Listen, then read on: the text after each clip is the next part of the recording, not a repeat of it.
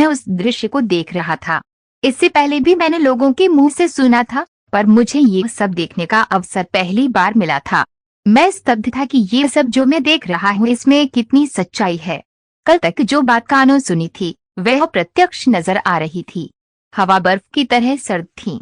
ऊपर से पानी बेहिसाब बरस रहा था। बादल आसमान का सीना फाड़े दे रहे थे और कुछ कुछ समय का आराम देकर इस प्रकार गड़गड़ा उठते जैसे पास की पहाड़ी पर सैकड़ों डायनामाइट फट गए हो। हवा की सायं उस वक्त जब बादल शांत होते महसूस होता कि जैसे बादल कुछ देर के लिए सांस ले रहे हो। एकाएक बिजली कौंधती और सारी धरती तेज उजाले में स्नान करती प्रतीत होती। यह एक बेहद बरसाती तूफानी रात थी। हालांकि मेरे शरीर पर बरसाती थी पर पानी से सराबोर हो चुकी थी। बरसाती यूं जान पड़ती जैसे मैंने बर्फ की चादर ओढ़ ली हो। हवा नश्तर बनकर चुभ रही थी। रह रहकर मैं सिर से पांव तक टहल जाता। यदि मैं अकेला होता तो मेरे कदमों में ठहराव न रहता और कभी का जमीन पर लौट चुका होता। दहशत दिल में राज कर लेती, पर सौभाग्य से मेरे साथ फ्लैट थे जिनके पास कहने को एक एक गज का कलेजा हुआ करता था। सांझ होते ही जब मैं चला था तो मैंने उन्हें साथ ले लिया था। इसलिए नहीं कि मैं डरपोक था, इसलिए भी नहीं कि रास्ते में चोर डाकुओं का भय रहा हो। असल बात यह थी कि उस इलाके में जहां हमें जाना था आदमखोर चीते का आतंक फैला हुआ था और वे हेक्के दुक्के आदमी पर कहीं भी हमलावर हो सकता था। इस कारण मैंने दुल्हटों को साथ ले लिया था। जब मैं चला तो सांझ घिर आई थी।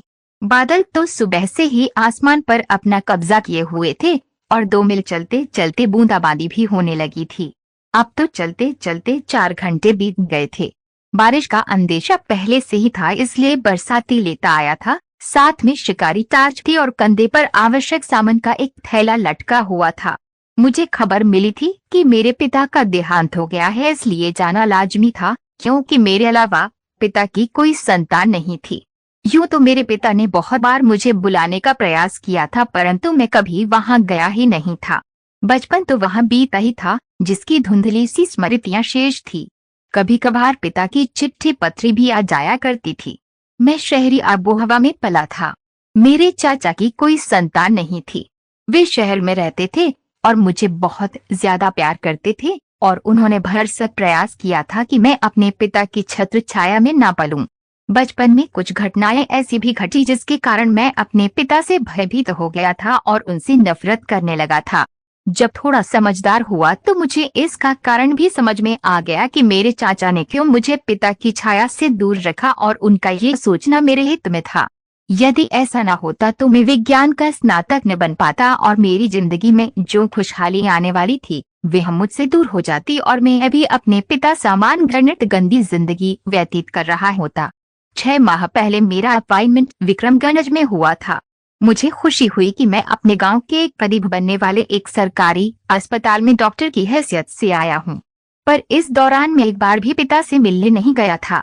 हल्की सी खबर मेरे कान में पड़ी कि मेरे पिता पागलों के समान आचरण करने लगे हैं। ये भी खबर सुनी थी कि पिता ने तीसरा विवाह कर लिया है, बुढ़ापे में किसी युवती को रख लिया है। ये उड़ती उड़ती खबरें मुझे प्राप्त होती रहती थीं, पर इस पर मुझे कोई आश्चर्य नहीं होता था। मेरे पिता के आचरण को देखते हुए ये स्वाभाविक बात थी। इससे पहले सौतेली माँ की मार तो बचपन में भी खा चुका था और अपनी माँ की शक्ल तो जेहन में भी नहीं उभर पाती थी। बस सुना ही सुना था कि मेरी माँ धार्मिक विचारों की थी और उसकी मेरे पिता से कभी भी नहीं निभ पाई थी। मेरे पिता एक तांत्रिक थे और पूरे इलाके में मेरे पिता साधुनाथ का भय व्याप्त है। हर बुरे काम जादू टोने तंत्र मंत्र के लिए साधुनाथ प्रसिद्ध था और उसने कईयों के घर बर्बाद कर दिए थे। न जाने कितनी स्त्रियों और कुंवारी लड़कियों से उसने अवैध संबंध कायम किया था और उनकी कारगुजारियों के खिलाफ कोई आवाज नहीं निकालता था। जो ऐसा करता उसे तांत्रिक का दंड भुगतना पड़ता। बहुत से लोग मेरे पिता के पास इसलिए आते ताकि दूसरों को हानि पहुंचा सके और बदले में मेरे पिता उनसे मोटी मोटी रकमें ठा करते। वह अधर्मी, क्रूर और साक्षात यमराज लगता था। यहाँ ये कहने में मुझे जरा भी हिचक नहीं कि मैं अपने बाप से अत्यंत घृणा करता था। मेरे मन में उनके प्रति कभी कोई आदर की भावना नहीं उपजी और यदि उसे पहले मालूम हो जाता कि मैं उनके चंगुल में नहीं आऊंगा तो वह मेरे टुकड़े टुकड़े कर देता।